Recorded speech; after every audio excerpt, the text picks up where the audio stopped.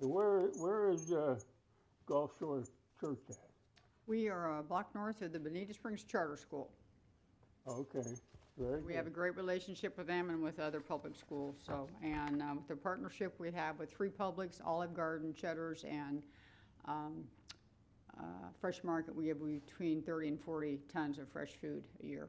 So Very we're good. able to really bless the community, so we appreciate. Welcome, everyone. Heavenly Father, as we enter into summer with this school year over, vacation time for many, hurricane season upon us, and such unrest around the world, we can easily get absorbed with just trying to get through the day. But we intentionally take time now to thank you for how blessed we are as a nation and as a community. We ask for supernatural protection from summer storms and divine strategies for those who are on the front lines when weather and economic challenges come. We ask you to give our city leaders and their staff clear insight for every decision being made today and that lie ahead. We particularly ask for your will to be done at all levels of government, particularly the upcoming Lee County CDBG grant. And when we pause to celebrate Independence Day, may our forefathers' vision and courage give us the resolve to unite and fight for our continued freedoms. Then, as we proceed through the upcoming election period, may each candidate exhibit the integrity and mutual respect that you desire a public servant to possess. Bless each person who has a role in governing this region. Expand their time, give them divine wisdom and peace in their vital roles for leading our community, which will yield strength and stability for our citizens. We ask this in faith and your glory. In Jesus' name, amen. Amen. Pledge allegiance on 3. 1, 2. I pledge allegiance To the flag of the United States of America and to the republic for which it stands, one nation, under God, indivisible, with liberty and justice for all. Mr. Sheffield, call roll. Councilmember Bogas. Here. Councilmember Purdon. Here. Councilmember Carr. Here. Mayor Steinmeier. Here. Councilmember Corey. Here. Councilmember Fullick. Here. Deputy Mayor Forbes. Here. Okay, well, thank you all for coming. We've got a special day. We're going to approve, let's see. Our city clerk is also the Qualifying officer. qualifying clerk for the city, has qualified these candidates for office in the November 5th election. And we're going to ask them, when we get to it, ask them to stand so people can see their candidates on Bonita TV. They may not know who they are, but now they get a chance to see who they are. So thank you. I have to make a motion to approve the agenda. Second. Roll call, please. Councilmember Bogas. Aye. Councilmember Purdon. Aye. Councilmember Carr. Aye. Mayor Steinmeier. Aye. Councilmember Corey. Aye. Councilmember Fullick. Deputy Mayor Forbes. Aye. Okay. How about public comment? There we go. Mr. Reliable. You're back, huh? Been a while. Yeah. Welcome back. Good morning, Mayor, council members. Dwight Esmond, Paradise Road area. John and Jackie have given you an excellent overview of accessory dwelling units, ADUs. And I'd like to give you some of the reasons why I support that idea. My wife and I are in our 70s, and while we are still very capable of doing all the things that you have to do around the house, we know that if we live long enough, we're going to need some help because we don't have kids. We'll need people to take care of the yard and fix things around the house. We may need someone to cook and clean and drive us to appointments. And yes, we can hire people to do all those things, but wouldn't it be great if they could live on our property, pay a low rent, and we could all do things together? Perhaps we can teach some young people new skills. For some others, these tenants will probably be family. But I think ADUs can be a very good thing for the community. ADUs can provide affordable housing for Bonita workers, perhaps generate income for homeowners, and bring people of different ages and backgrounds together.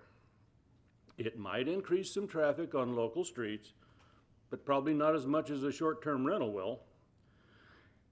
And there will be less traffic on the major roads if people are not having to drive from far away to come to work here. I hope you will make ADUs easy and affordable for people to build, particularly on larger lots like the ones in Paradise Acres and San Carlos Estates. Bonita Bay.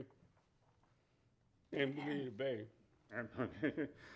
Any place, but I'm saying in those two areas I know about.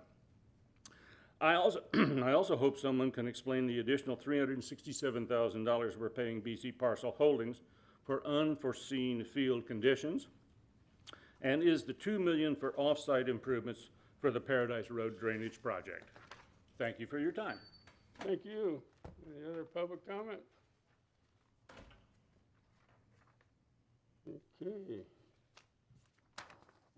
Well, John Jenkins has had a death in the family. We're going to postpone his presentation that was scheduled for today. So let's say prayers for John and his family. Okay, now Jack Brown is going to present the tree of the season, which is a wonderful, come forward. I guess you got on a microphone. Antonio, you got a microphone for this guy?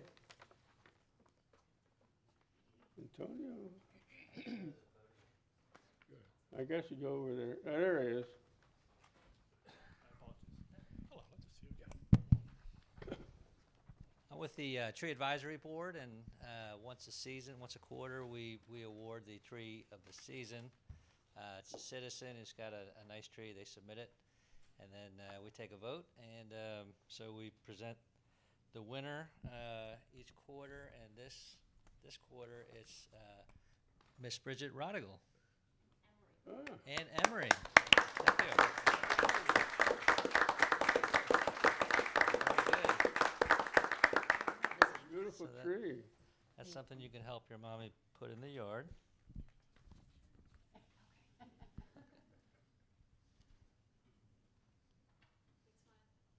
Okay, good.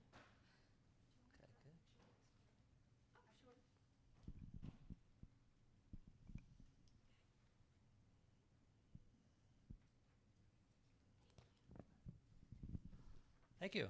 Thank you very much. Thank you, Jack. I'm ready.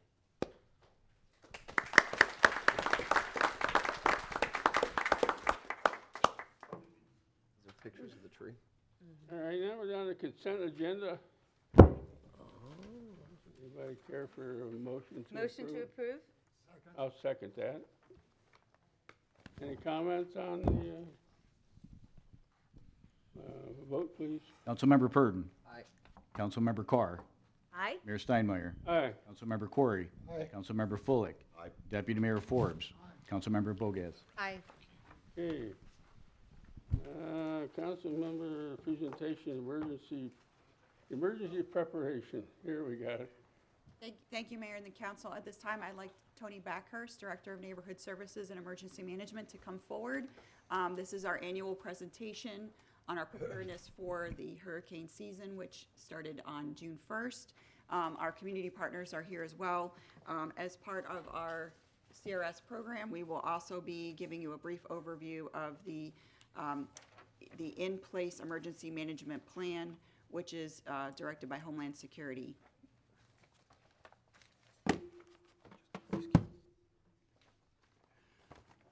Good morning, Mayor and Morning. Council. For the record, Tony Backhurst, Director of Neighbourhood Services. And every year we do our annual presentation, and we have our partners who kindly came along today as well. And I'm going to go through an acronym-filled presentation and try and make it as painless as possible. So preparation is ongoing for us throughout the year, and there's a whole slew of things that do go into preparation. It's not just when a hurricane hits we suddenly act. There's a lot of preparation, and it's prior preparation and planning prevents poor performance is the way it should be looked at.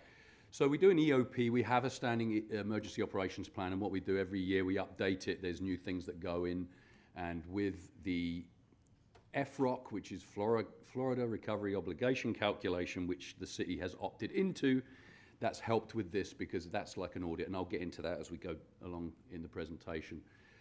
We work with the Lee County EOC, the Emergency Operations Center, all year round. There's training all year round, and we constantly liaise with them. They're phenomenal, a great agency up there that work with us, and we all do work as partners. So we have been admitted into the FROC, that Florida Recovery Obligation Calculation, through Florida Department of Emergency Management, FDEM. And what that is they'll come in, the state will look at how we are preparing, and they'll give us a number, and that number then works out to money that then, it's like an audit of our system, and they'll judge where we are within that, and that's the amount of money that you will get up front.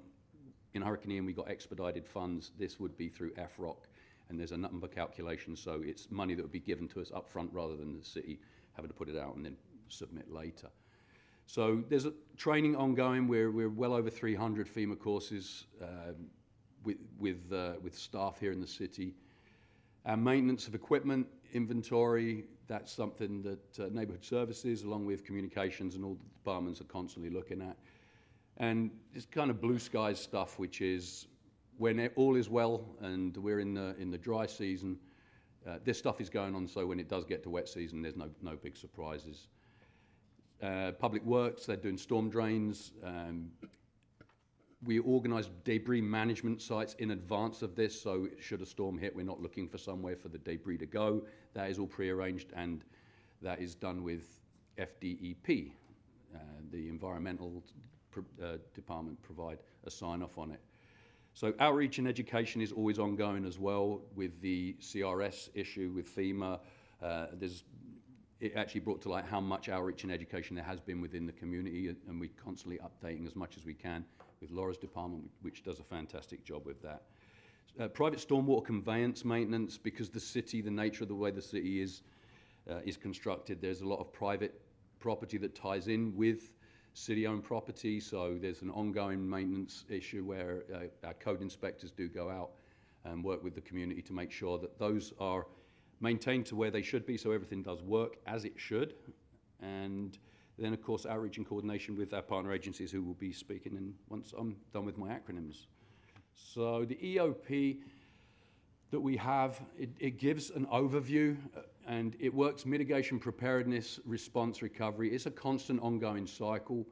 We would far rather just do the mitigation and preparedness component and avoid the two on the bottom, but the reality is we live in an area that is prone to having tropical storms and cyclones, so we do make sure that we're ready for that. The top two are key to the bottom two working well. And the methodology we use is done through FEMA, and it's the National Incident Management System, which is NIMS, and it's a standardized management tool that allows for better coordination. Because there's so many agencies involved in this, if everybody works on the same system, it streamlines it, and everybody is on the same page. And it does follow best practices, and has been I mean, the way the response for Hurricane Ian came through is pretty impressive to see all these different agencies with all these different people running them, and they all work, everybody marches to the same beat.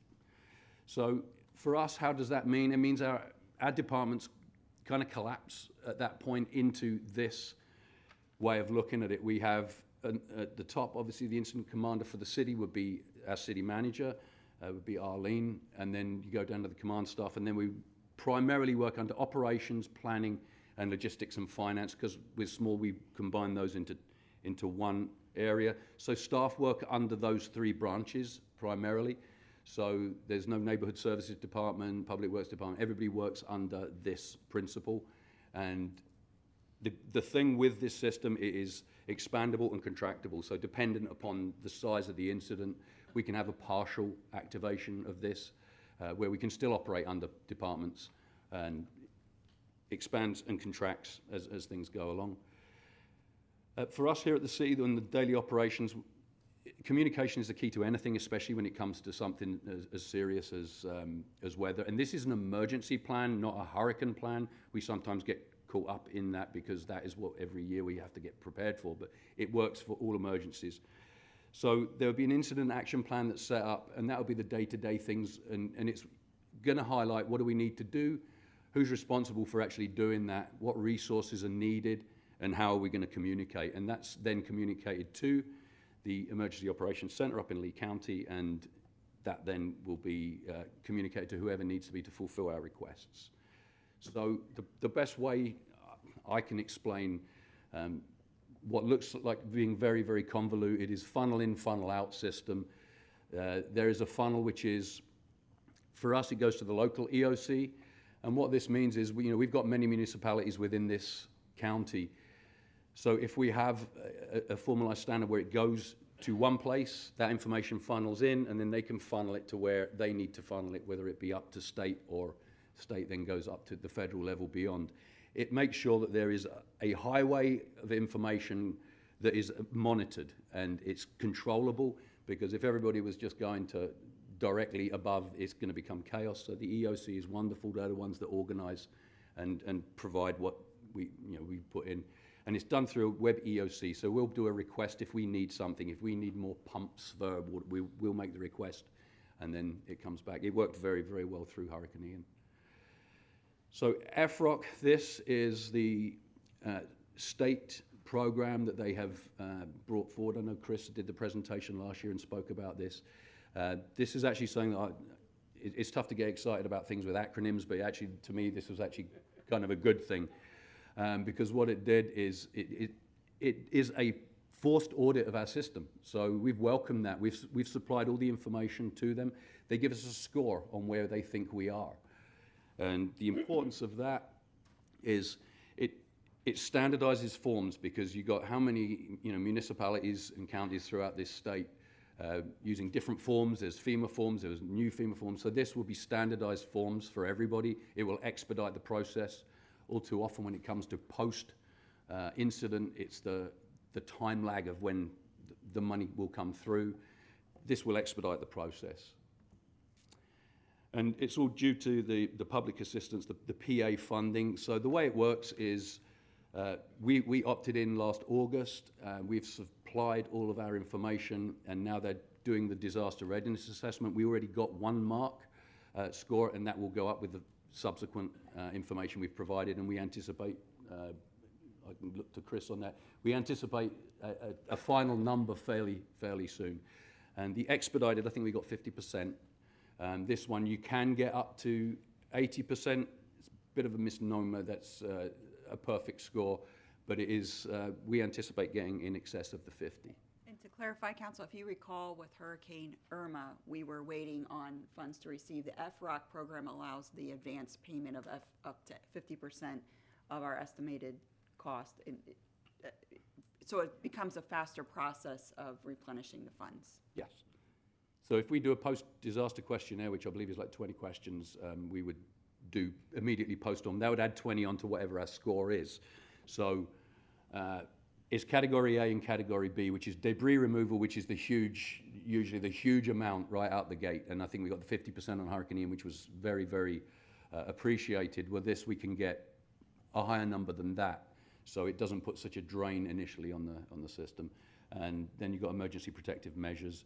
So you can see the difference between an expedited is not guaranteed either. That's it did happen for Hurricane Ian due to the magnitude. So you can see the comparison of the two there. And this is through the state. And what the state is, this is the best way, I think, because I'm a simple person, but it's like if you want to go and buy a car, you get pre-approval. So we've got kind of pre-approval that our system and procedures are in place. And that concludes. If there's any questions, I'm more than happy to answer them. Well, I'm glad you're in charge, because this is like alphabet soup. They send us on courses to understand the acronyms. EOC and GEO, a gazillion ways, but thank you. I know you're gonna do a good job. You're doing a good job. Keep up the good work, and maybe we won't need to do it. Yes, hopefully. Maybe we won't have to do anything this year. Yes. Thank goodness. Yes. Tony, when NIMS, when does that kick in, the evaluations after an event? The National Incident Management System, it would go in, I mean, we'll have a state emergency declared, and we will kick in, like with Hurricane Ian, for example, we sit in place through the storm. Obviously, no one is out other than our very brave partners that go out through that. It's immediately following, there's an assessment of the damage, which we did after Hurricane Ian, and obviously saw the magnitude was massive. And it kicks in like that. And the way our system does work is we're already in preparation for that. All of us will talk with, in consultation, obviously, with Arlene and the EOC. On something like that, we knew we were already going to go into it, so we already had in place when we were going to kick into that system, because the EOC goes to activation, and I know Ben's here to talk about that on a far higher level than me, but the county will alert us to the fact that this, we're already on ready to come out the blocks, as it were. And you answered part of my question, and I probably didn't present it properly. What I'm asking is, when you do the post-event evaluation, is NIMS part of that process? For FROC, that post-disaster questionnaire, it would be, it's 20 questions, and it would probably be, as we are running through the initial damage assessments, we're going to know with Hurricane Ian pretty quickly a vast majority of those questions, because they want to know as quickly as possible what's happening to us. So we give the best information we possibly can at that time. So that the PDQ are really general questions, and they basically allude to what we are going through. So there's no formal final evaluation by this group or this process post-event, say 6 months or a year later? No, this is purely and simply to see our level of prior to, and then the way it is, it's like a pre-qualification. They're going to say, okay, this organization has their... There's no post-evaluation done? But we did our own post-evaluation ourselves. Yeah, we did The an... document that you received. I was looking for documentation from We the had- outside that's that on we the- might need in the future. We did. We do have a consultant that, Yes. that provided that. We actually had our partnering agencies participate in it, in the evaluation process. They were interviewed, and that document's on our website. It's post-Hurricane Ian. Yeah, and part of our evaluation for FROC was to provide our after-action report to them, so they can see that even following that storm, that we're where we need to be, because that evaluates how we did react through the storm. And we opt in every year now on FROC. We've opted in, so we're in for this period, this season, which I'm confident is going to be a quiet season for us. Anything else? Anything else? With that, I think we have our partnering agencies here. Lee County Emergency Operations is here. Ben is here to give you a brief overview. Right. Well, good morning, everybody, and thank you again for the invitation to be here. Before we start talking about this hurricane season, I wanted to extend a big thank you. We've worked on two big endeavors over the last 12 months since we were here talking about last hurricane season.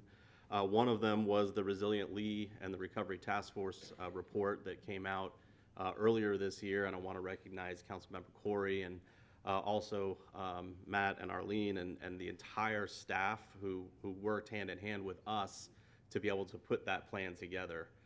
We've also been working very closely on the CRS issue, and I think time and time again we see the great partnership between the Board of County Commissioners and County Administration and the City of Bonita Springs, and so I want to recognize you all for that, and thank you for that. We do have a number of projects that are ongoing within public safety, and one of those is our Emergency Operations Center expansion project, which is on track. If you haven't gotten up by Ortiz Avenue lately, we have a 37,000 square foot addition going on to the county EOC. One of the things that we have learned over the last couple of years since Hurricane Irma in 2017 is that is a really big building until you activate and you try and squeeze 2 or 3 or 500 people into that space. And so we're really looking forward to the opportunity to move into that space later on this, hopefully later on this year or in early 2025. I also wanted to introduce our new Chief of Emergency Management, John Schultz. John joined the organization earlier this year. More than 30 years with Florida Highway Patrol and law enforcement, has been all across the state doing emergency response with FHP, and is a resident of Fort Myers as well, and so we're happy to have him on board. He will be at the front of the room. If you're up at the EOC during one of our activations, he'll be up at the front of the room or running around somewhere, going meeting to meeting. So we're really happy to have him on board. And I talked about the Resilient Lee Plan, but there's a lot of things that are going on within emergency management with regards to the Resilient Lee Plan, the After Action Report, all of those different inputs that we're using now to help improve all of our plans and make sure that we're better prepared for the next storm. So taking a number of contracts previously that were not federalized and making sure that they are federalized so that they can be used in disaster response. Identifying new ways. You know, we had some plans that were really stressed and tested during the storm, and so now rewriting all of those plans. We're going through our county's comprehensive emergency management plan and making sure that all of those plans are updated and ready for whatever the next event may be. When the EOC does activate, we of course do a number of things. We ask all of our partners to engage with us by sending a liaison up to the EOC so that we've got somebody there actually physically in the room that can represent the municipality.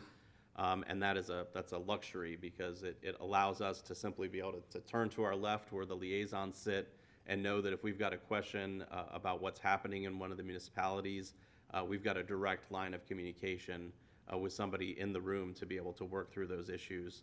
We also do a number of municipality calls between our county administration and all of the city managers, and so those are happening at least once a day.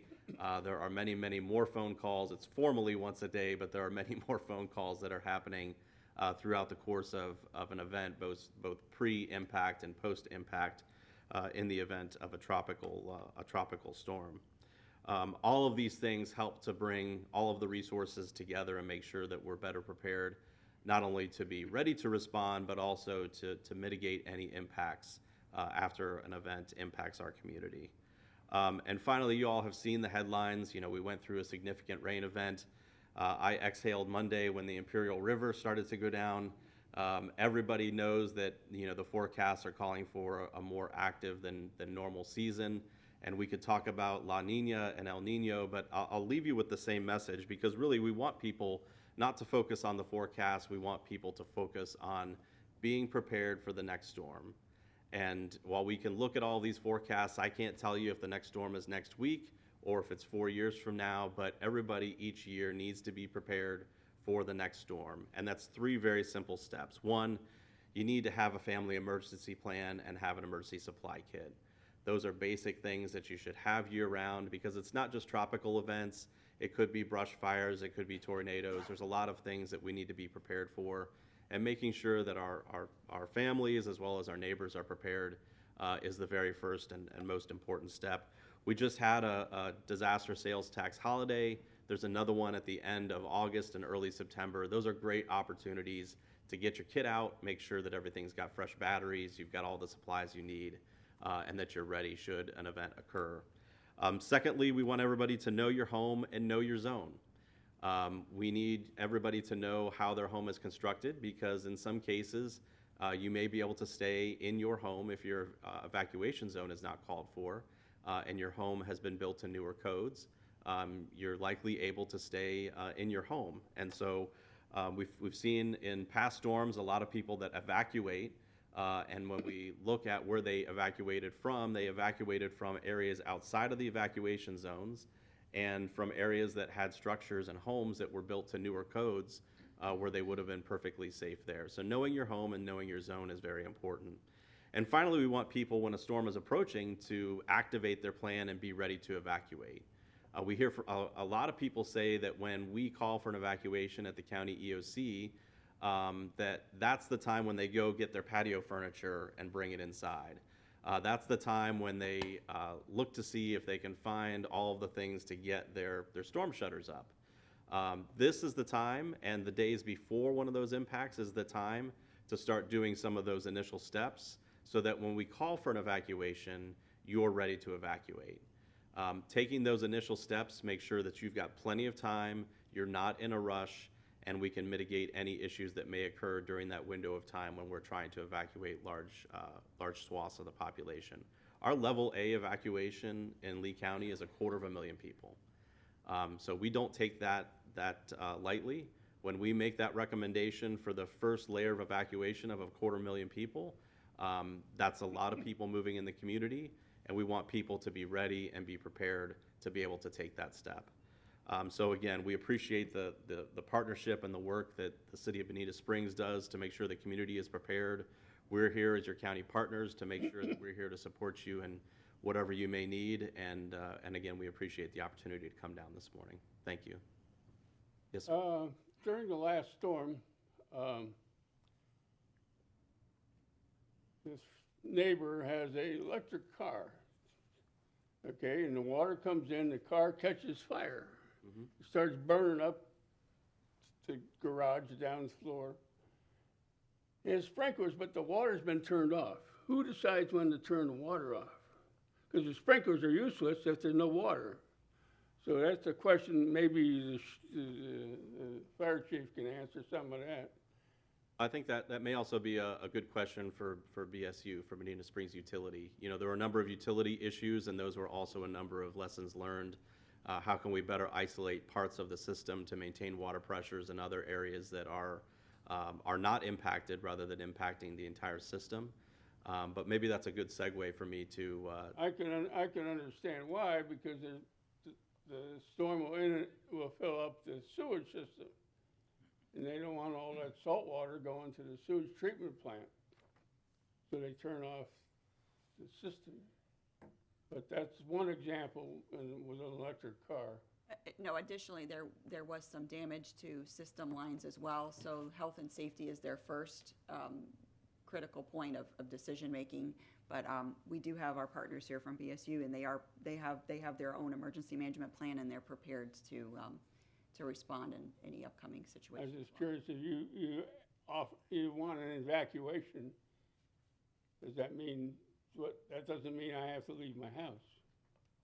If you live in an evacuation zone and we call for an evacuation within that zone, then we do ask that you leave your house and you seek an area of shelter that is outside of the evacuation zones. And we would identify those zones, and we would identify the shelters. But you ask, you don't tell. Well, You're not gonna come to my house and throw me out of my house. we will come to your house and strongly encourage you to evacuate. Okay, but legally you can't move me out. We're not legally moving you out of your home, correct? Okay, that's, Thank you. Yeah, thank you. And we just want to say we appreciate the partnership with Lee County.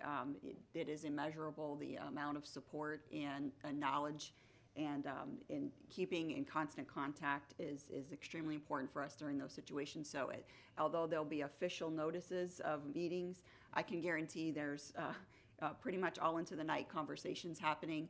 The support and recognition of the Imperial River, even to this last moment, this last rain event that we had, has been immeasurable. They understand the concerns we have here, and they are extremely responsive to those needs. So thank you. Yeah, also you mentioned that some structures can be stayed in. Are some of these structures that you can stay in an evacuation area?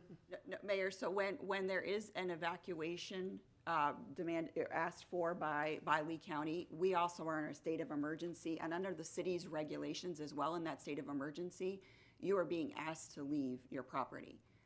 Of course, LCSO will, and the fire department will make every effort to knock on doors and encourage people to properly evacuate, but that is what we're asking you to do, because in the situation that there are unmeasurable conditions that you need help, you need the response of your public safety officials, they're not going to be able to respond to that incident. So, for example, if someone were to stay in their property when we've asked them to evacuate, and they had a medical emergency, and winds were beyond those that were allowed for our emergency personnel to properly dispatch to that emergency, they are not able to do so.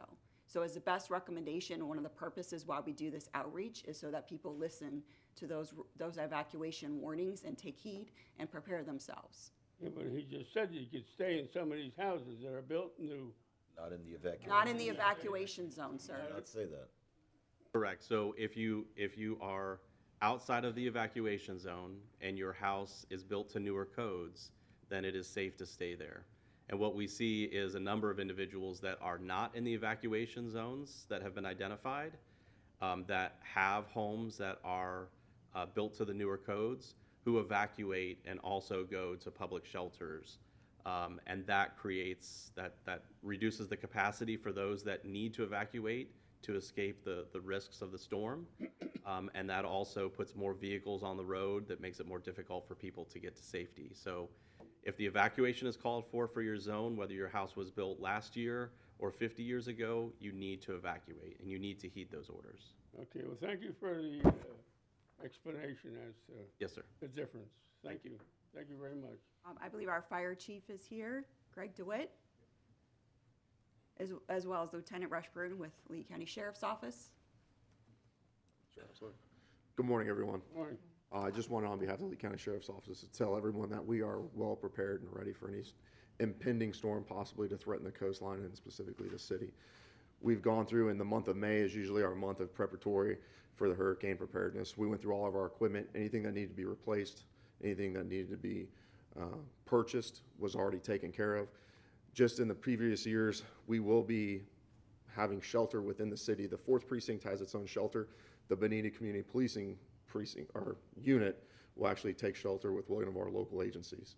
That relationship that we have is amazing. It's able to have those resources directly available during and post-storm and immediately be able to deploy by taking shelter within the city. We work directly with the EOC and the other members. Our relationship is the best I've seen in years, and our preparedness is amazing. So, if you guys have any questions on behalf of the Lee County Sheriff's Office, Well, we had Sir. a lot of deputies from out of town come and help us out. absolutely. The response during Hurricane Ian was impressive. They stayed at the rec center. Yes, sir. The response by all the entities and the response that we received, I mean, it just shows you how working with the agencies and state EOC, local EOCs, how we are all one. We communicate really well. We're there for each other. We get those resources in and out and everything taken care of as immediately as possible. Only in America. Thank you. Yes, sir.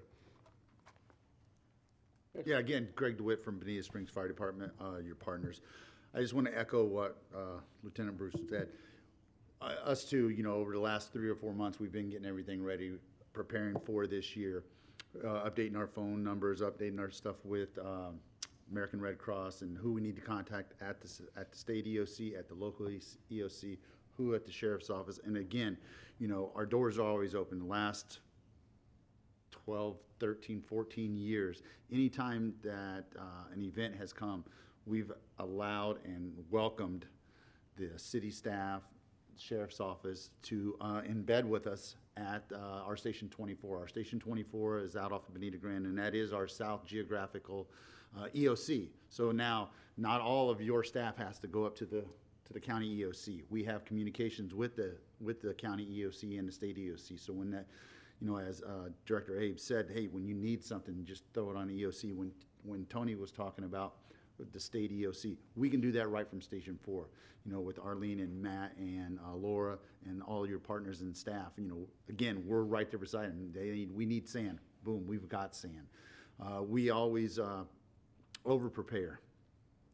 So let's even use this last event. We had people calling for sand. We have sand in sandbags at Station 24, usually year round. With the partnership with Lee County, their staff, Bill Floyd, was calling us on Sunday, Monday, and saying, hey, if you need sand, where do we need it dropped? If you need sandbags, we're opening this up at this time. So the partnership that we have with the city, with Lee County Sheriffs, with Lee County themselves is remarkable. Anything we need, all we have to do is ask. And again, our doors are always open. Hopefully we won't see you and you won't have to stay a couple days at the fire station sleeping on a cot and interacting with the firefighters, but we know it's all there in our partnership with Lee County SO. When that storm starts churning up out there or whatever the event is, they start pre-staging stuff from four-wheelers to ATVs to side-by-sides to, we're moving stuff out of our low-lying areas, our Station 27, the boats on a trailer at our station, along with everything that Lee County SO needs to do. And, I think last year during Ian, we had 30 deputies, half a dozen staff members from the city, plus we had 2 of our shifts in there, just at Station 24 alone. And then we have always got extra areas at the other fire stations. So we're there for you, and we're prepared.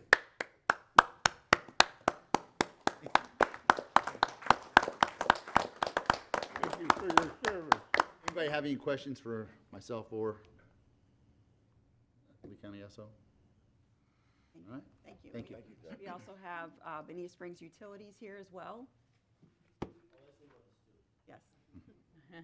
Morning, Mayor, ladies and gentlemen, council, ladies and gentlemen, staff, citizens of Bonita Springs. My name is Alan Perry. I'm the Safety and Security Coordinator for Bonita Springs Utilities. First, I'd like to echo what Chief DeWitt just said, that the partnership, your community partnership is amazingly strong between all the agencies that work together for public safety. I was hoping I'd be brief. It doesn't look like I was going to be now.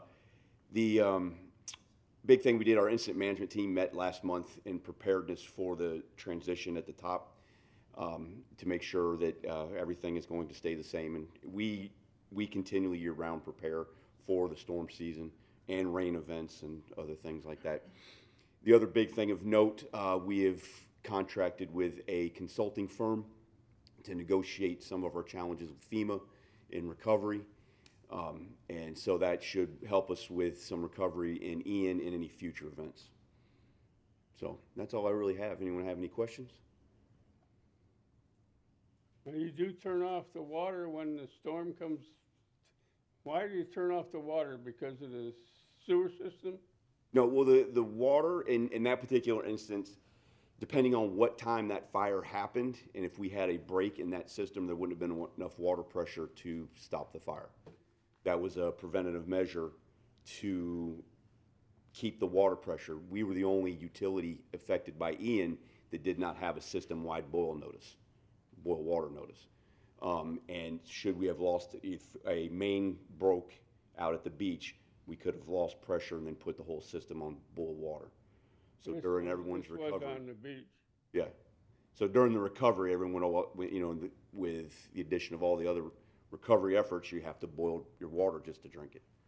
So to avoid that, after the evacuation order was issued, we then made the decision to shut the water off at the beach. Okay. Luckily, it didn't go on up. It stayed downstairs, and it's been repaired.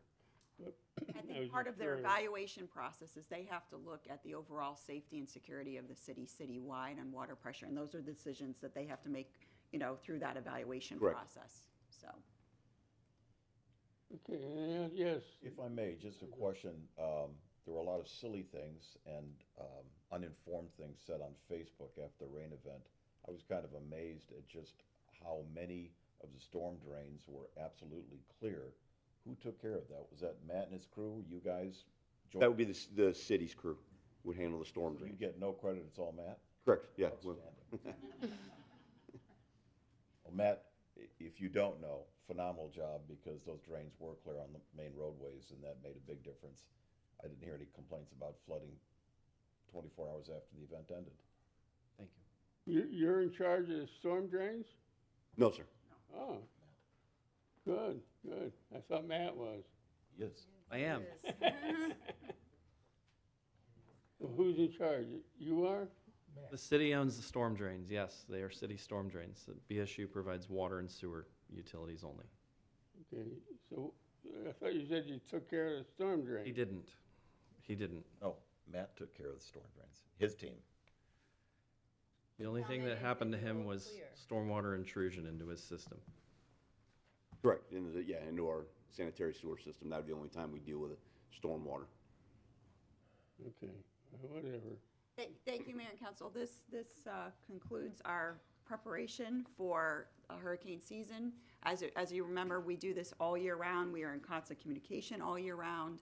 We're updating our plans and regulations and looking at best management practices as we can. And we appreciate our community partners being here. This is one of the outreach opportunities we have to inform folks to be prepared, be ready to have a family plan in action, and listen to the outreach that's provided by local officials during any incident as well. So this will also account towards our CRS and outreach credit as well. Okay, now, Mr. Attorney, you're on deck, and you got a question and answer about that overrun, that cost overrun. Oh, well, luckily I won't answer that question. I'll leave that to Matt, because he's in charge of the drains, as we've established.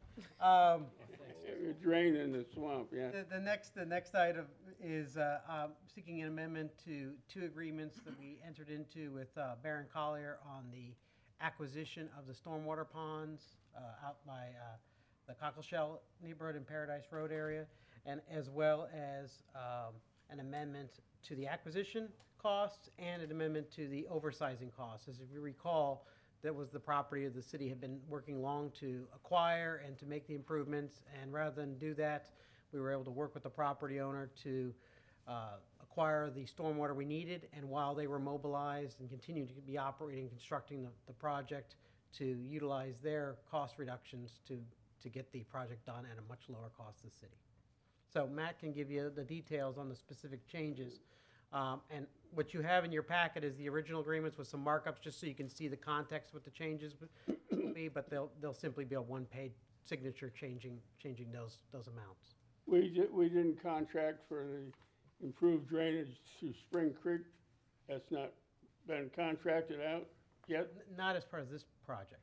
So this all drains to Spring Creek, and what you have is, to answer Dwight's question, you have the interconnection points, so the off-site improvements are largely interconnections to these large lakes. So they will, in essence, provide drainage relief for the east side of Paradise Road in particular, as well as a neighborhood off of Wood Ibis that has a kind of a very slow draining outfall system, so it provides a piped connection. So yes, it is the drainage improvements that ultimately go to Spring Creek. It's not the roadway and sidewalk improvements. That's a different capital improvement project the city has, but in large part, the off-site improvements drain water from the east side of Paradise Road into the new lakes that are being constructed, and then ultimately through the new outfall that was constructed into Spring Creek. So that's the extra cost. Yeah, it's the what you have is the lakes and their immediate infrastructure, right? Because they have to interconnect. There's a lake north and east of Paradise Road. Those are part of kind of the core package. And then the off-site piece that you have also before you really is the east-west pipe connections that connect the eastern side of Paradise Road, and they will be very meaningful for improving the drainage and also setting up the city for its future improvement project, because it'll give you a much more efficient way to drain that area that'll allow you to build the sidewalk stuff. Do you have any idea how many properties will be improved because of this drainage system, 500, 200?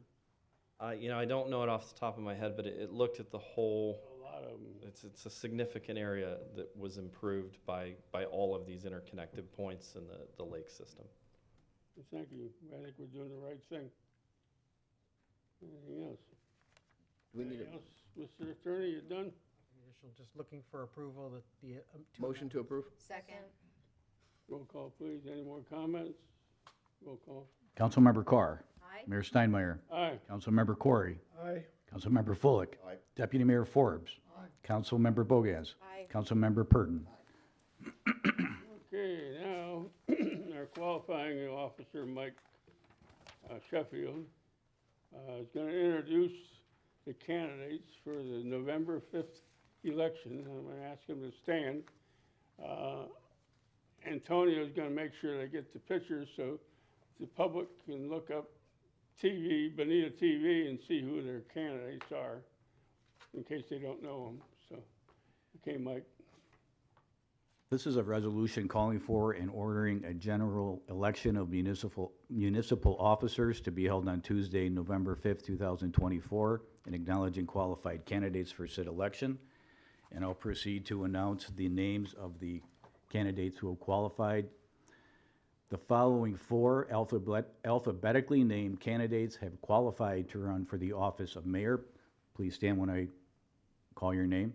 Derek Botana, Ruth Condit, Mike Gibson, Rick Steinmeier. Okay, where's the, I hope we're on camera. The following two alphabetically named candidates. Maybe should- Okay, you may be seated. The following two alphabetically named candidates have qualified to run for the office of District 2 Council Member. Jesse Purdon and Zach Smith, and Mr. Smith did inform me that he was unable to be here today. The following two alphabetically named candidates have qualified to run for the office of District 6 Council Member. Jim Fitzpatrick, and Mr. Fitzpatrick informed me that he's traveling and watching remotely. And Caroline Forbes.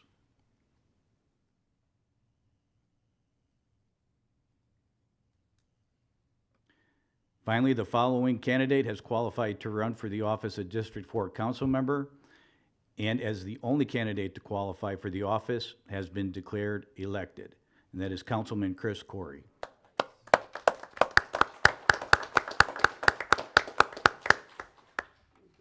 Is that it, Mike? I think that's it. Oh, we have to vote? If there's any questions, I'm happy to answer them. Otherwise, a motion and a second and a vote. I make the motion. Second. Roll call. Mayor Steinmeier. Aye. Councilmember Corey. Aye. Councilmember Fullick. Deputy Mayor Forbes. Councilmember Bogas. Aye. Councilmember Purdon. Councilmember Carr. Aye. Okay, thank you, patriots. All right. Okay, now we got the accessory dwelling units. Thank you, Mayor and Council. This time, Community Development will come forward with a presentation on accessory dwelling units, and if you would like to provide direction to staff at this time. Morning, Mayor Council. I'm John Dolmer. The packet that you have before you has a lot of the information in terms of the functioning behind accessory dwelling units. The purpose behind them is varied. You heard Mr. Esmond speak earlier today about having someone around his house that can help out. A big push nationally has also been to provide additional housing at a lower cost. I won't call it low-income housing because it just tends to fit more of the neighborhood than anything else. But the purpose behind this type of dwelling is to allow for a greater use of the residential lands that the city has. At this point, most of our large green space that is available for development has been developed. We are now looking at redevelopment opportunities both downtown and some of the older sections of the city. Pursuing accessory dwelling units would allow another avenue for us to increase the number of units without going further into preserved area or area that is currently undeveloped, and would also preserve commercial area or commercial lands for commercial development without eating into that area. So I'm not exactly sure what council's thoughts are on this. I know that this is not new. This is not something that really pushes boundaries, but it is varied.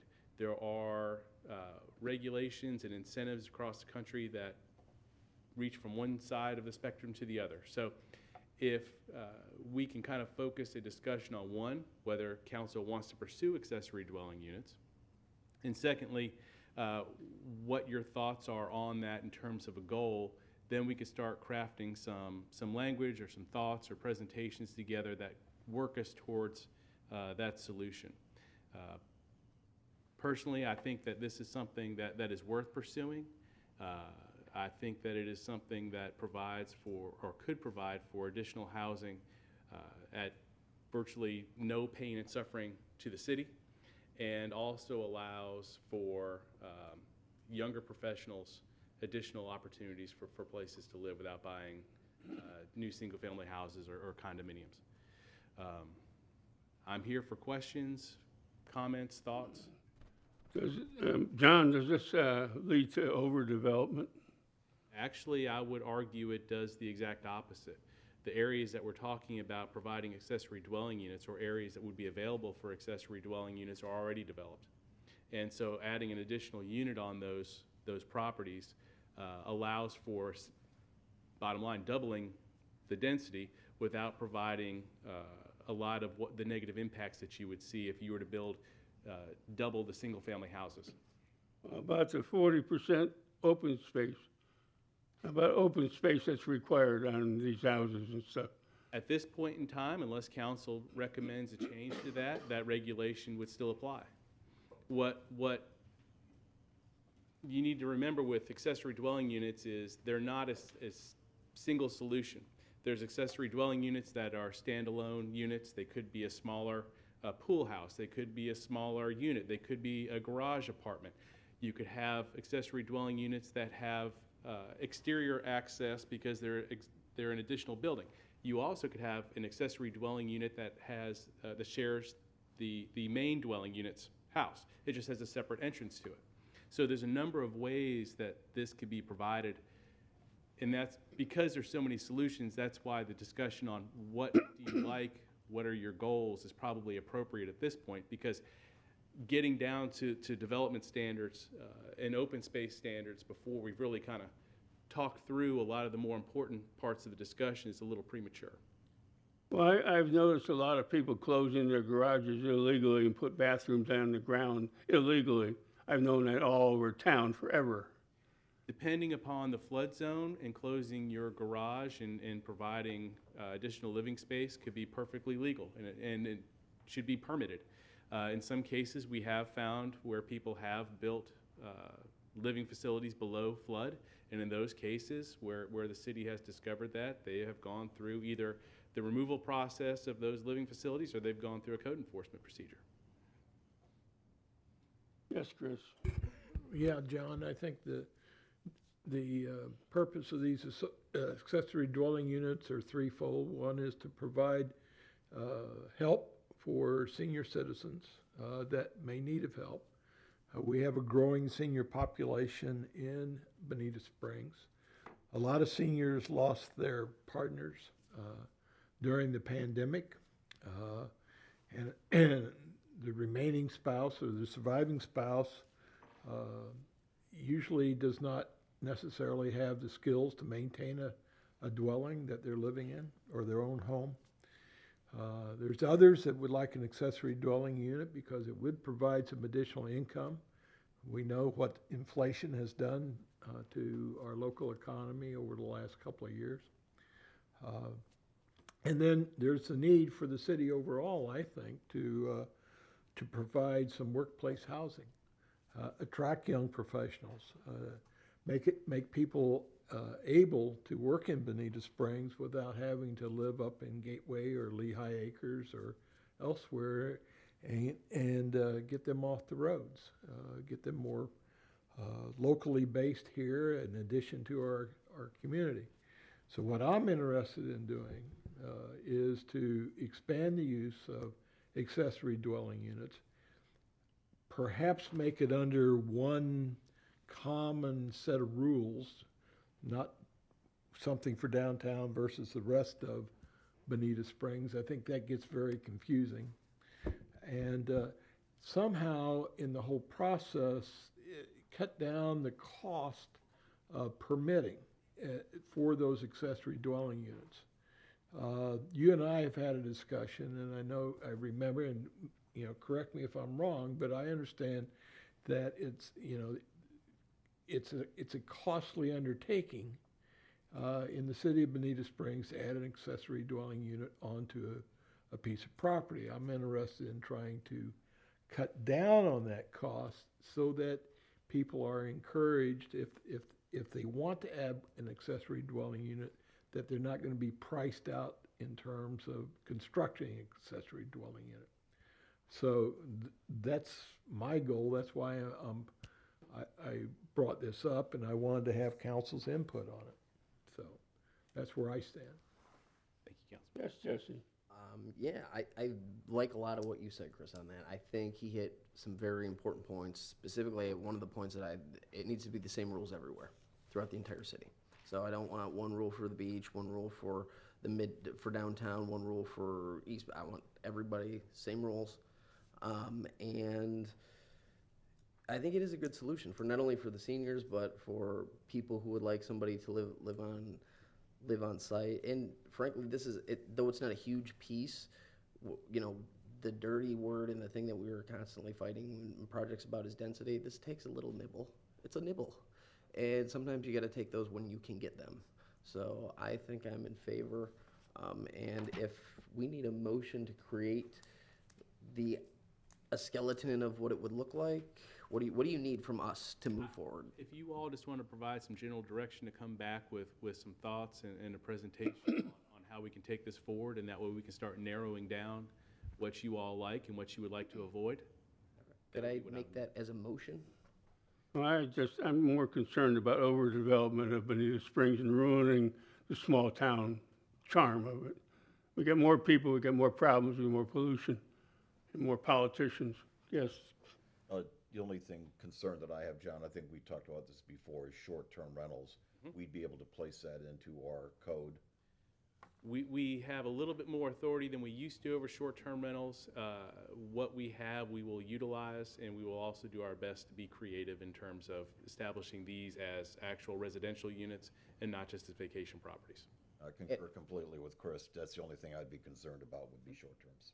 My concern with what he just said is I don't want short-term rentals convoluted into this issue, two separate issues. Correct. So I don't want to create a short-term rental fight where it's not needed by trying to stick things in it. So I think we don't stick the two together. It's not, they're two separate issues. So when you're doing it, don't do it with the mindset of, okay, I want to do this and this is a way to hit short, no, separate issues. John, who's collecting the tourist development tax? Who's responsible for collecting that? TDC does Tax collector. Tax collector. TDC. So, the county tax collector, council, my recommendation would be this.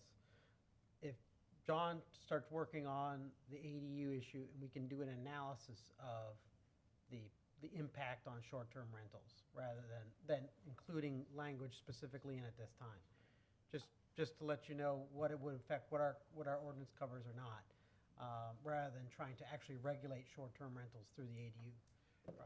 And Councilman Purdon, just to clarify that, the goal is basically to make sure that when we're promoting accessory dwelling units, they are residential dwelling units. It's not to go into a short-term rental discussion. I agree with that, John. I'm fine. Yes. So I'll second Jesse's motion to push this, let's expand this, move forward, try to have something back to us in the next couple of months or something like that. Yes, sir. We can do that. Any additional instructions or thoughts before we get back to the keyboards? All right. Thank you very much.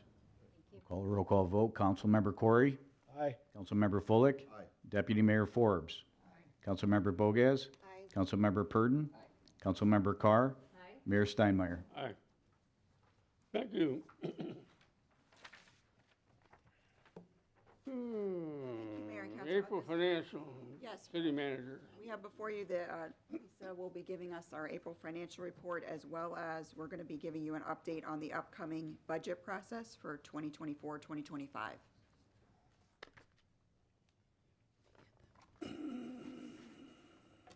Good morning. Morning.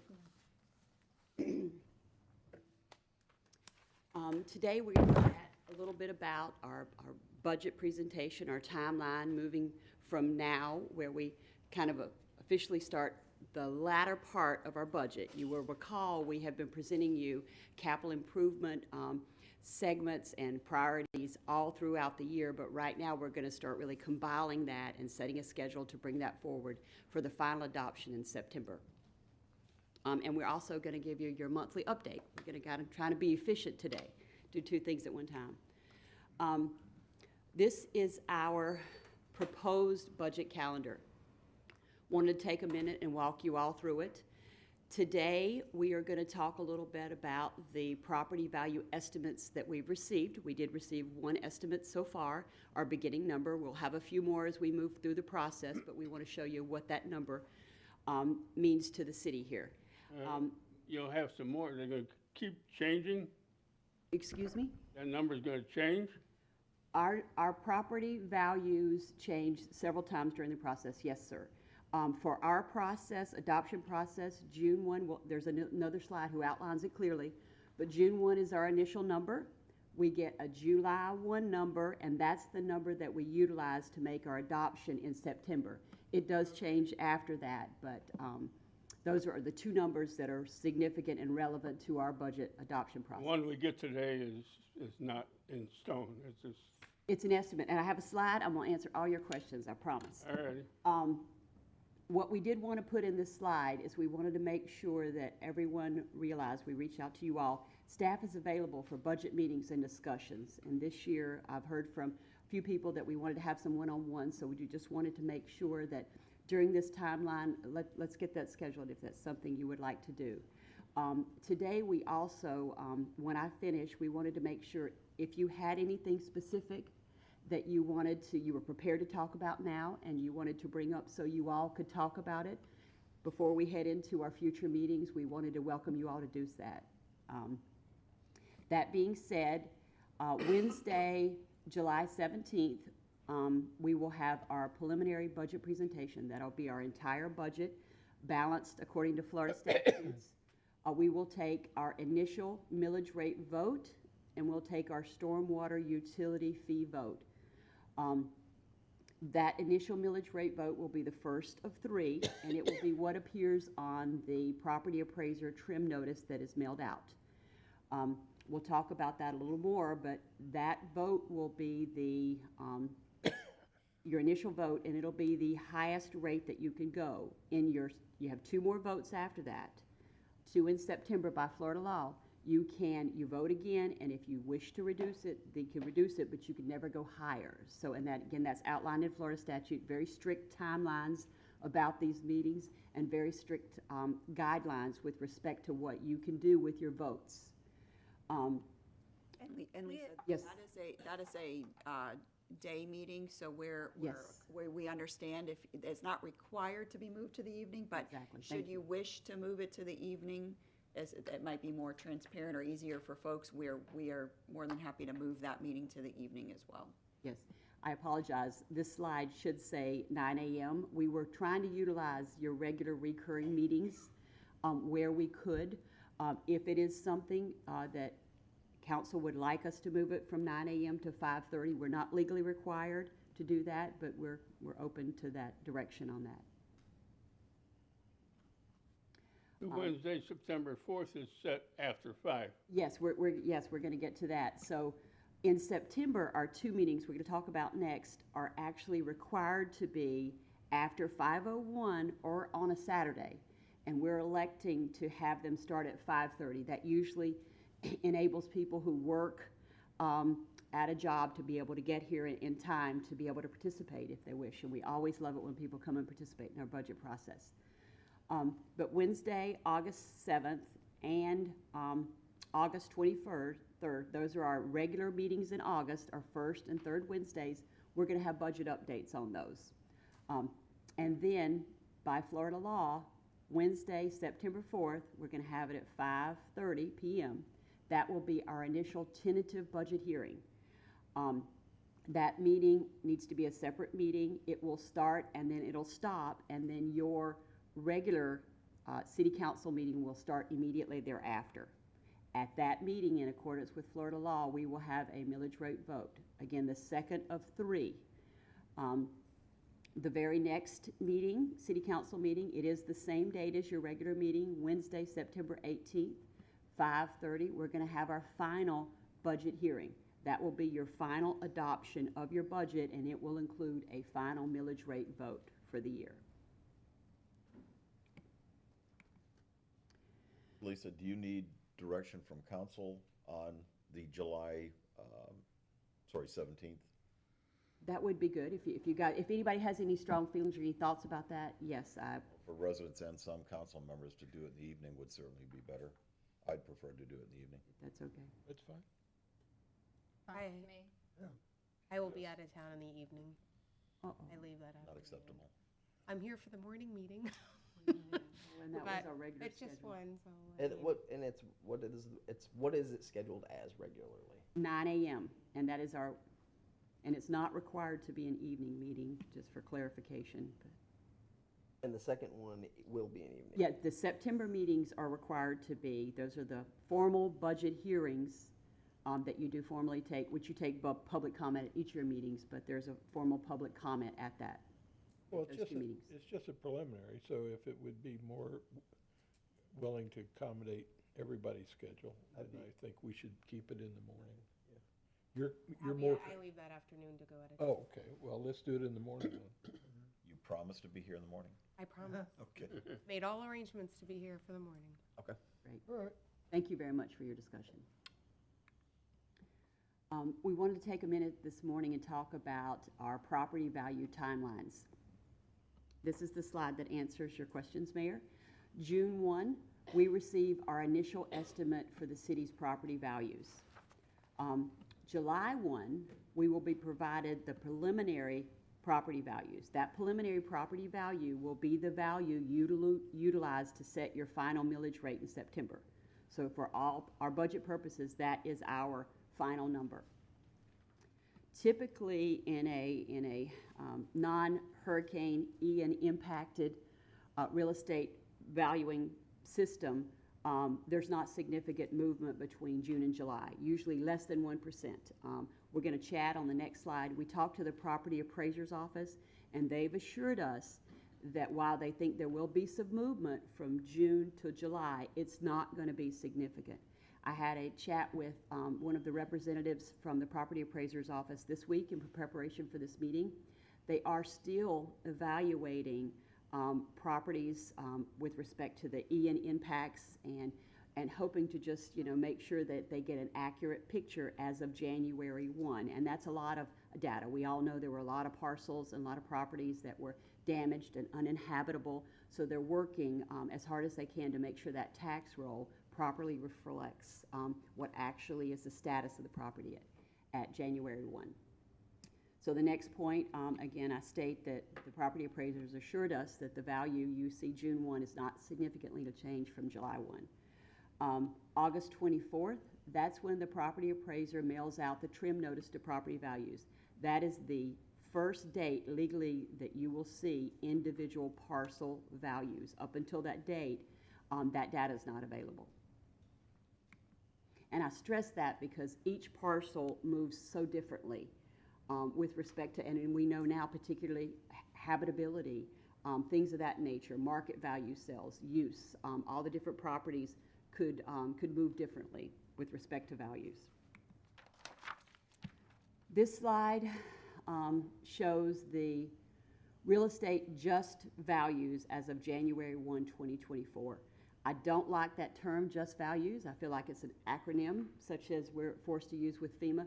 What that means is this is the property value that most closely aligns with the market value. Now, what that means is when you see movements in the just value, they usually mirror movements in the market value that you can sell your home for. As you can see, this slide is a little concerning, or something we should be aware of, let me say that. I don't think it's a surprise that our just values, our market values, appear to be flat from one year to the next. Obviously, they've been impacted by Hurricane Ian. Some of the entities that you will see here, like Fort Myers Beach, in the prior year, their value went down 40%. So what their increase here is showing is when they had resales of the properties, we've all been reading in the paper about people have come in and bought these big parcels down at the beach. That value gets reset. So that's helping drive their increase in their just values. Some of the other communities, we haven't seen that type of movement yet. The fact that it's staying kind of flat, that's most likely an indicator that the values, the market values, will not show growth such as they had before, and the slowing of the real estate market that we're all hearing about and aware is going to happen. That will impact our taxable values for the next few years, and we just want everyone to be aware of that, and we'll be monitoring it for you. And this shows this pictorially for the city. Just values, property values, you can see how they had been going up in some years significantly, and this year they're anticipating pretty much a flat with no significant increase. It could go down, right? It could go down, and I'm not a real estate expert, and I give you guys, financial In 1 month, it could advice. go down. Yes, well, keep in mind, what I put on this slide, it's January 1 to January 1. That's by Florida law. So they have to set it for January 1. So these are, when we look at them, they're a little stale dated. So, but we do talk about our local real estate market in the state, and we have been hearing signs of somewhat, of a cooling off period, if you will. Again, I'm not going to profess to be a real estate expert, but what we have here on this slide shows that in contrast to our just value, which mirrors the market value being rather flat, our taxable values this year are increasing. Now, I will caution you all that the market values, our taxable values will end up mirroring those slowing downs. This year, I talked to the property appraiser. It has to do primarily with the fact that Save Our Homes has a 3% growth rate this year, so they go up 3%. And then all the other properties will go up, can go up 10%, their taxable value. And that's kind of recapturing their differential. So, for example, Save Our Homes, if we were in a market trend where properties were going up 12 or 13%, the Save Our Homes properties, they're locked in, they only go up 3.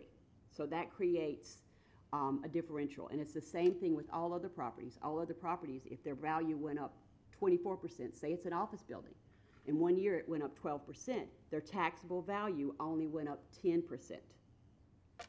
So what we're seeing here, and I apologize about the complexity of our rules and regulations, but what we're seeing here is kind of a lag. So we're fortunate this year that we're going up, and you can see some of the other entities. We're so pleased to see some of the harder hit communities are going up as well. That will help them in their budget. But I do want to stress that given what we've just seen with the just value, the market value, we don't anticipate this percentage to go for the next few years. This shows it to you pictorially, taxable value citywide. Again, a healthy increase there. This does help us meet the needs that we have in our budget. This is my most exciting slide of the day. This is our taxable value for a downtown redevelopment area. As you can see, since we entered our partnering agreement with Lee County, and we are very appreciative of that, we agreed to allocate the incremental growth from the real estate in that area, real estate taxable value, and so did the county. So I should say with this fiscal year, the county has fully satisfied their agreement with us. So that helps us to pay for these improvements, and it was just wonderful. And as you can see, even this year, the taxable values continue to grow in the downtown. So I can say that money has been put aside. It's going to help pay for those improvements, and just a very good news thing for our downtown. This is our real estate tax projection. We show this to you all each budget year so that we can make a projection of the tax impacts and we usually select or Save Our Home qualified residents. As you can see, again, we've talked this year that will increase 3% taxable value. We're talking about, so if we take a home with the values here that they were last year, the first one, a $300,000 home, we look at what the taxes would have been on their bill last year. This is just the city of Bonita Springs piece. That's all that we take a vote on with respect to our millage rate. And then we roll that forward for the 3%, and we show the potential increases for a home, given the rate that we have in place now. The other item that we wanted to update you all on, which will impact us as we head into our budget, and we really needed to be, we talk about this quite a few times, but we really need to be aware of where we're at with respect to our reimbursement process for FEMA. And we also, as we did with Irma, we need to be mindful of the level of expenditures that were needed and were required for Ian. And the majority of this were for debris, and so that we could clear the roadways and get our local roads operating again. That's what the bulk of the money we've spent thus far. So what we see here, we start out by providing our operating reserves and our disaster reserves. Now you'll recall Last year, I believe it was, or the year before last, we added another $1 million to our disaster reserves. So when Ian hit, we had $6.4 million in disaster reserves that were able to help us fund our expenditures that we had. Unfortunately, Ian was such a severe magnitude that it required additional expenditures above Irma. We had sort of set that reserve number, and we're trying to look to get to where we had experienced with Irma, but now we see that, you know, Ian was significantly more. Thus far, we've spent about $9.6 million on Ian expenditures. We are going through the reimbursement process and working diligently on that. So far, we have gotten about 6.7 million. And so right now, of our reserves, we have 3.4 million available. Now, you'll see there the state did a great job for us, and they had through the whole reimbursement process, and I'm very excited about FROC. Tony was talking about that. I'm just so excited. Hopefully that's going to help us get our money funded get our reimbursement times down. This local government emergency bridge loan for $2 million, it was an interest-free loan from the state for 12 months. 1 year, we get to keep that money. It can only be utilized for operating. So if we should have, heaven forbid, we have a need that exceeds our reserves that we have here before we continue to get our reimbursement from Ian, we'd be able to utilize this $2 million. Now, we have not spent anything, and we hope as long as we don't have a significant incident, we won't spend it. And for the first 12 months, it's interest-free, so it didn't cost us anything, and as long as we don't repay it in 12 months, it will not cost us anything. But then it goes to 10%. It would, but we're hopefully not planning on doing that. We have no intent. We plan to pay it back in 12 months, but we do have it as we head through hurricane season. We received this money in December, so we have to December of next year. So again, a great kudos to the state for helping us do that. So the remainder of the slides have to do with where we stand fiscal year to date on our monthly financial report. We try to show you all consistent slides and consistent reports so that we can see how we're trending as compared to fiscal years. This is our general fund revenue, which is our regular recurring revenue. We do receive a lot of our ad valorem tax in the beginning of the year. That's why it's so much more of this pie. But this is a healthy, overall, in my opinion, a healthy diversity of our revenues. This is general fund revenues. Again, your regular recurring operating revenues, current fiscal year to date compared to prior fiscal year to date. We have had some areas of some positive trends. Again, when we meet next, we are going to have estimates for our revenue for next fiscal year. I've been talking to you all throughout the year for the revenue estimating conferences that the state economists do, identifying their trends.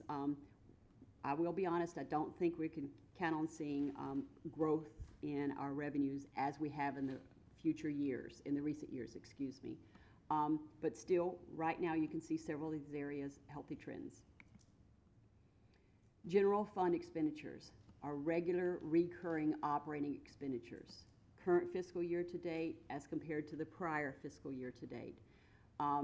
Inflation continues to be a significant factor in any entity that's doing their budget, be them governmental or not. And the state of Florida, as we've talked about, it's a little more stubborn here for us, and it isn't, we aren't seeing the relief, from the inflationary that some of the other parts of the nation are. We hope we will, but we are watching that, and your budget is going to reflect that. When it comes before you, we're taking in those into account when we're looking at our expenditures for next fiscal year. Restricted revenues. These are revenues that are restricted as to use. They are assessed and only for certain types of spending. The first one, building permit fees. This year, we're actually trending a little ahead of where we were last fiscal year. Again, this slide shows current fiscal year to date as compared to the immediate prior fiscal year to date. We've been talking quite a bit about New construction is what drives building permit fees. It also drives the park impact fees you can see here and the road impact fees here. We are not hearing that we can expect to have anything robust changes in that area. In fact, we're maybe seeing some more contracting, and we need to be prepared for that to go on for a few more years. The other areas appear to be fairly consistent with the prior year, which is a good thing, especially when you're speaking about revenue. Cash balances. What we like to show you are, and this is a snapshot in time as of April 31st, where we are right now with our cash balances and where we are the immediate two preceding fiscal years. And the reason why that's so important is we put aside, we pay as you go for our capital improvement projects as much as we can, which means the revenues that we received and your general fund money helps to pay for your capital improvement projects. We accumulate that money and populate it and allocate it in your capital improvement program. So please keep in mind that the funds you see here, they are allocated specifically in your capital improvement program. So these funds are committed through the budget process to your priorities to help you fund and not borrow money for your capital improvement program. The first slide, the second slide, these are some of our restricted balances. Again, you can see for the most part they're going up. When they are going down, there could be one of two reasons. If we've spent it on a project, like once our project, our hope is to, eventually build the road, build the park, do those kind of things, and when that money's actually dispersed, that's when you'll see a decrease. The exception to that would be the building fee fund. You can see that's the third portion of numbers here. Again, we're seeing a reduction in the revenue, and we're spending down their fund balance. And we'll be talking to you a little bit more about that. And that's all that I had. I thank you for your patience today. I went on a little longer than I normally do, but I think we had some valuable information to share. Good, thank you. Yes, Chris? Maybe this is a question for Matt. We were unsuccessful in getting the state money for Rosemary and Goodwin. If we wanted to keep those projects on the same timeline that we desired, would we have to reallocate out of the CIP, or should we go ahead and put money in this year's budget to be able to? I don't want to disappoint those people with respect to the timing of those projects. Well, I can give you some insight to that question. Goodwin Street is a very complicated project in that it requires right-of-way needs along the entire corridor, and we are in the final piece of defining that before we'll be back in front of City Council to make those offers. It also requires complete reconstruction of the bridge over Lightner Creek, and we've been in permitting for, year and a half, I suppose. So it is largely funded from the planning that we've done over the past 3 to 4 years in the CIP. So that the loss of that revenue, although it kind of affects the city, it was pretty well planned for in our budget, and it has a long time frame because of the complications regardless. So I don't believe losing that funding is a death blow to that project. Does it affect the timing? No, I don't.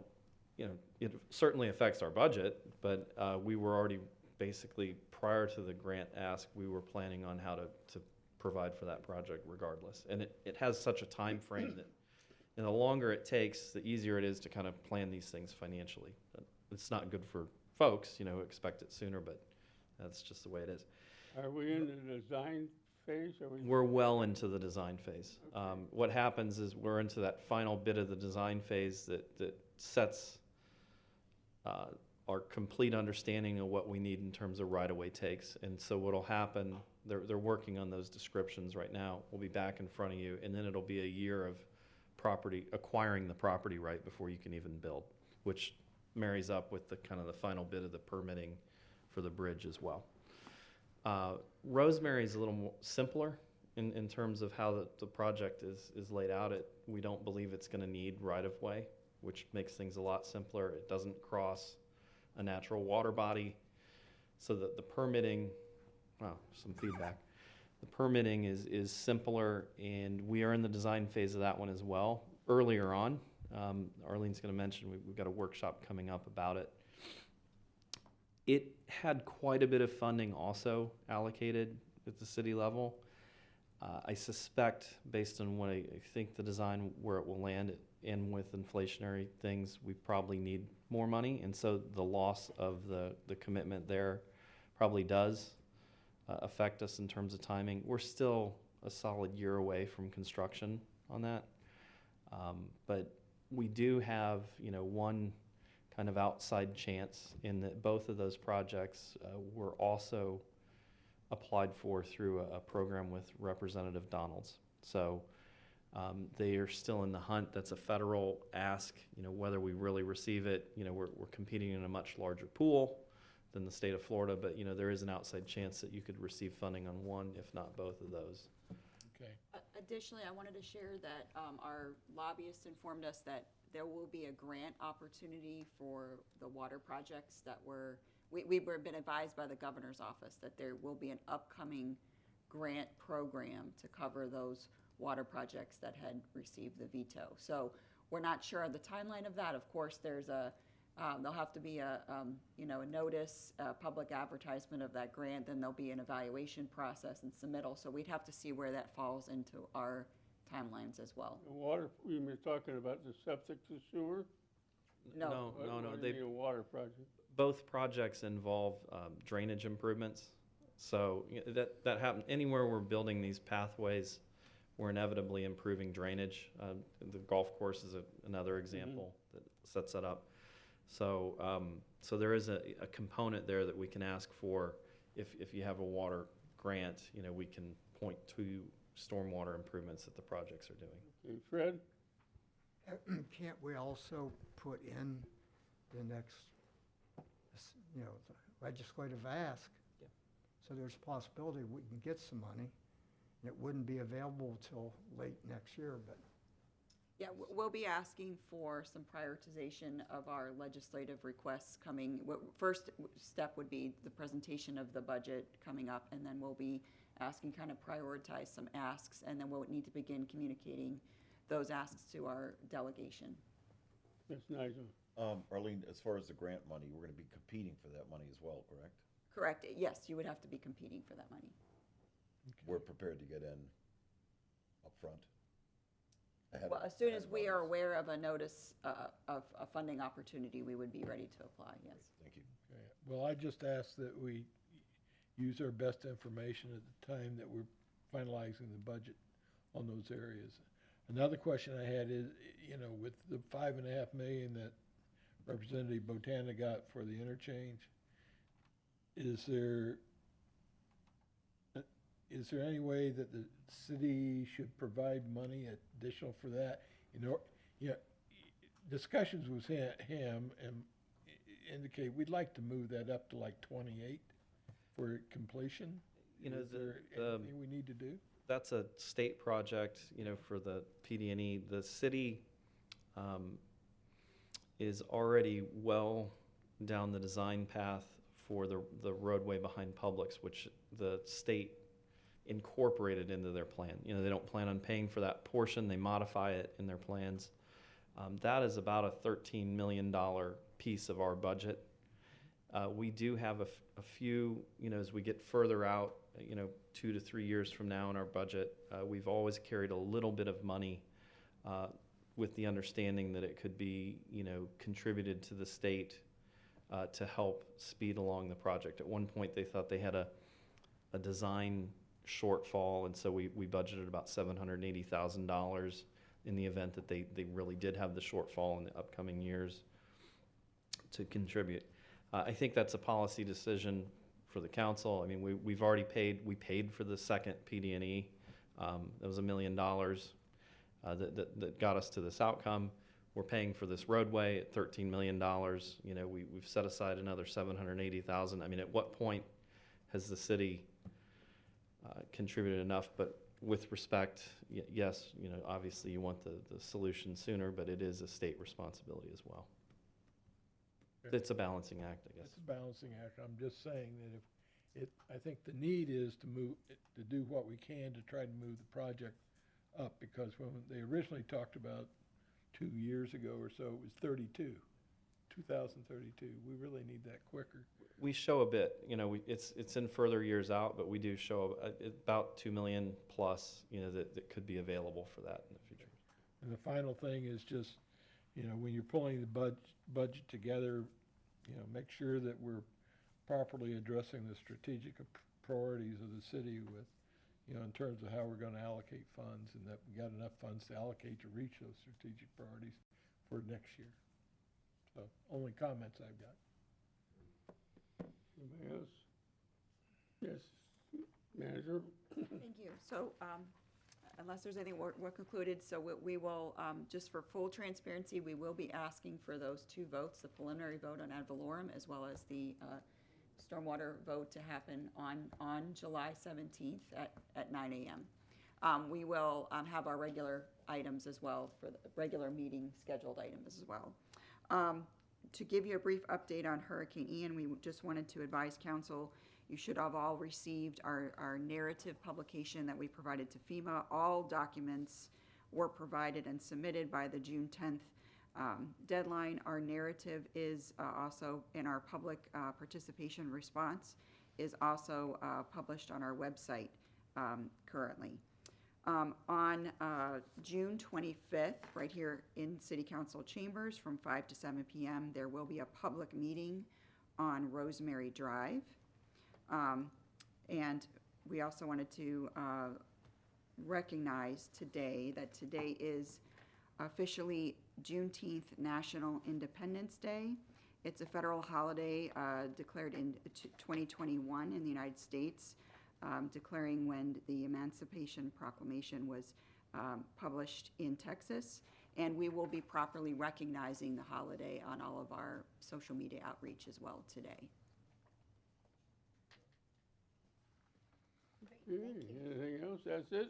That's it. Just a reminder with the budget process, I want to be clear, is when you receive your initial budget, it will be, as we've done in the years past, the continuing operation budget. So we will be accounting for, if you keep services exactly as is, no enhancements, there is obviously an inflationary cost that happens, contracts go up. We're estimating that to the best of our ability, so that all that outreach is happening with our consultants and our partners.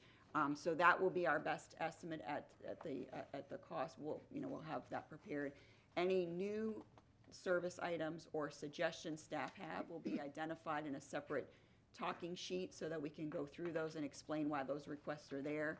Additionally, if there are any requests from council members, any outreach to staff or directors that we want to bring up as enhanced services or additional services, those will be documented on that for discussion, and at that time we'll be asking for direction on implementation. So that would include your capital improvement projects too. So any operating expenses that we feel would be recommendations from us, that would be a change in service, will be identified. Of course, we're available to go through any of the departments as you wish, but to make it a more efficient process, we're going to do those estimates as best we can for you ahead of time to understand the true cost of doing business as is. Okay, report. How about Nigel? We'll start with you today. Thank you, sir. I'll keep it brief. I did not attend the TDC meeting because the little rain event in Fort Myers as well, the downtown area flooded, and they had no power at the building, so it was an interesting day.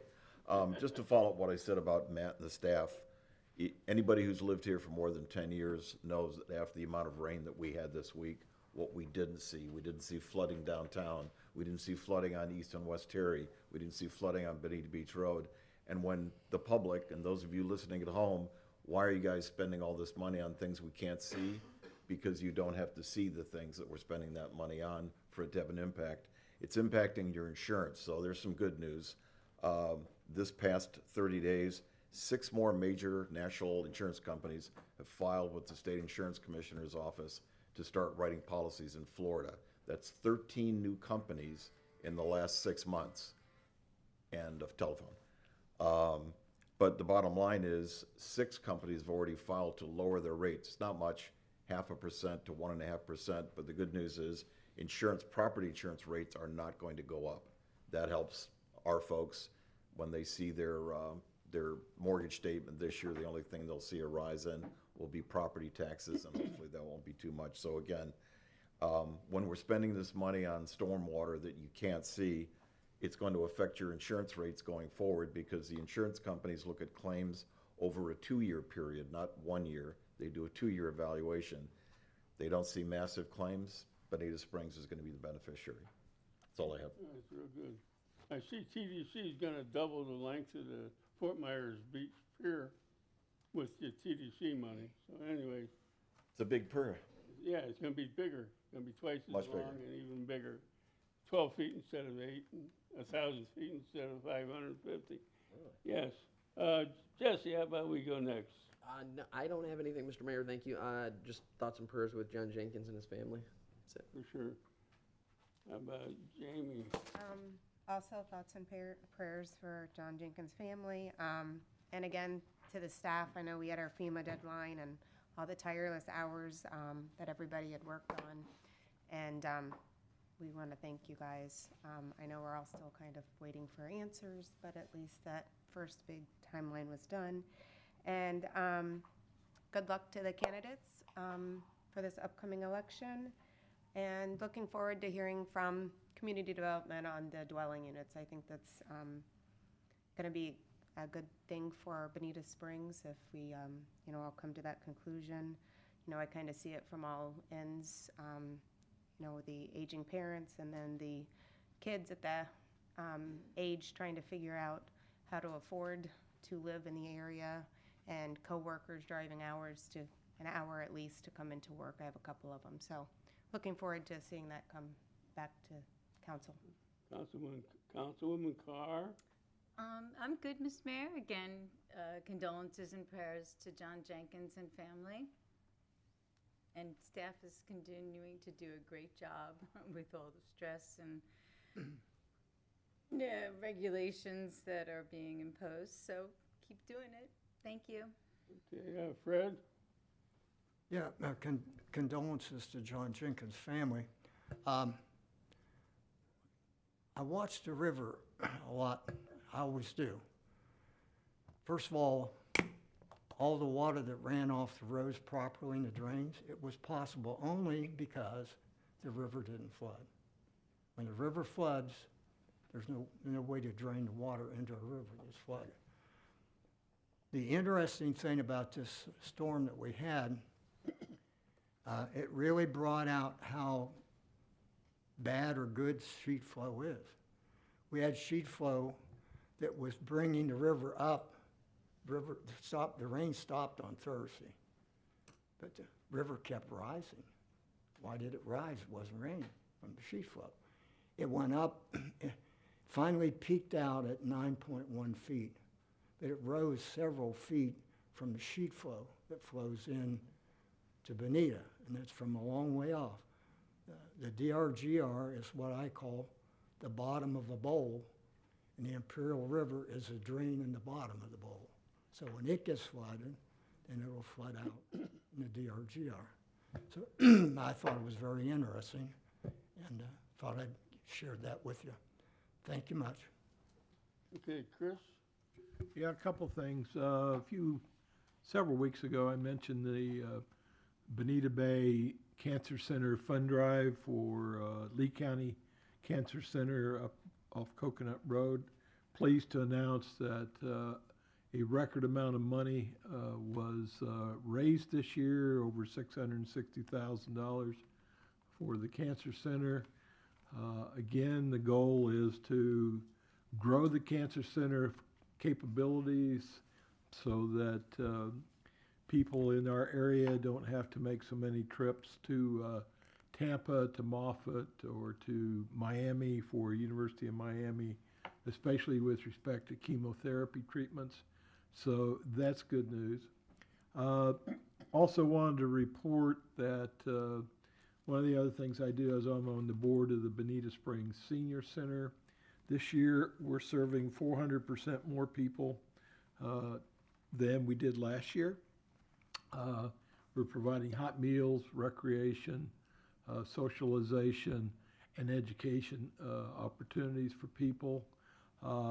As I mentioned earlier, a lot of people lost their spouses during the pandemic, and it's tough. There's quite a few people that need that kind of service.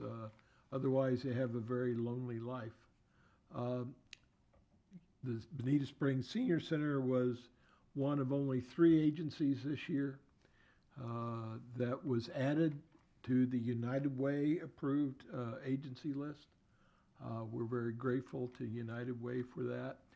I thought one thing that would be useful would be to have the executive director of the senior center come in, talk about what she sees, what our staff sees with respect to how seniors are living, the problems they're going through, to give council a bit of an update on that. And so I've asked her to come to the July 17th meeting. Sounds like we got a full agenda anyway, but I said try to summarize what we're seeing and what we're doing about it in about 10 minutes. So I hope you'll indulge that so that we can all gain a little bit more appreciation of how our seniors, the problems they're facing and what we're trying to do about it. So that's all I got. Okay, well, the senior center has run 2 big fundraisers at the First Presbyterian Church down the road, very successful. So I'm glad to see the United Way, they have tons of money to help them out. You look at the Cafe of Life, they got 6 trucks down there now. So anyways, we'll get something, they'll get something going. We can't support it all.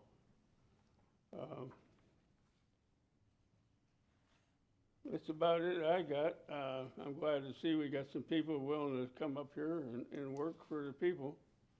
And public comment?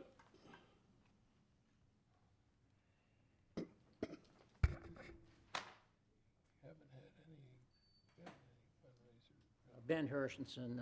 This capacity is a couple of points. President of the HOA and just somebody who lives on Avonlea Drive. Been coming to these meetings for a long time. And every time I attend, over the years, I have to say, I'm so impressed with the staff. I mean, they're totally amazing people, the knowledge that they have. I used to, kind of doze off during financial reports. Right now, I stay awake because they're so fascinating. They're very interesting. And I wish more people would watch and see how fascinating the numbers are, because you have the truth right in front of you. And that's great. The second issue I want to talk about is the storm of last week. I know other parts of the community had more than my community did, but I have a digital rain gauge, and we had 9.5 inches. And one thing that I noticed was on Facebook, and I won't mention the community, but there was a community, an HOA managed community that had some flooded streets. And, for anybody, I mean, I know a lot of the major HOAs, larger ones, probably do this. But even for the medium size, mine is 77 homes. And one of the most critical things that we do in our community is I have a landscaping crew. When there's leaf drop between, say, January, you got the live oaks, and then you kind of have the mahoganies. They have to pick up the leaves every single time, every single week they're in the community. And if they're not picked up, what's going to happen? They go into the storm drains and they clog up. We have our storm drains, checked every year, and when necessary, we have 21 storm drains. If they're clogged, they get cleaned out. But I saw on Facebook a community where there was a homeowner actually out there with a shovel, probably ankle-deep water in his community, and he would clear the storm drains of the leaves, and the water would get sucked right down. So it's just simply a note to people, management companies, as well as boards of directors. You got to do some stuff before, now, because again, the leaf drop is over. But if the storm drains are going to be clogged, guess what? The water is going to back up, and your streets and everything else are going to flood. I'm happy to say whether perhaps with the construction that's going on, and I know there were crews out there in the new construction down with Bonita del Sol, but I have to say, I was quite impressed with Paradise Road. All of the roads down St. Patrick's and everything else, the drainage was excellent. We had no problems. There was no standing water anywhere.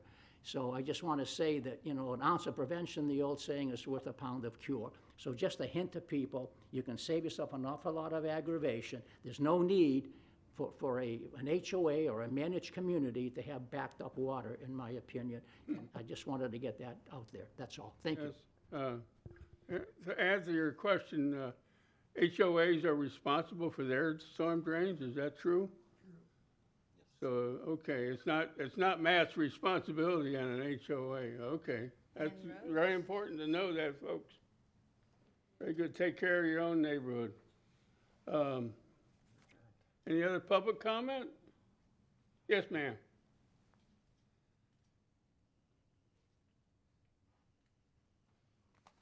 Hi, good morning. My name is Maureen Taylor. I live at 10121 Maddox Lane in Bonita Springs. I'm the president of Goff Villas of Bonita Springs. I had a other board member that actually appeared in front of you regarding an issue with the trees along the back end of our property that were damaged by the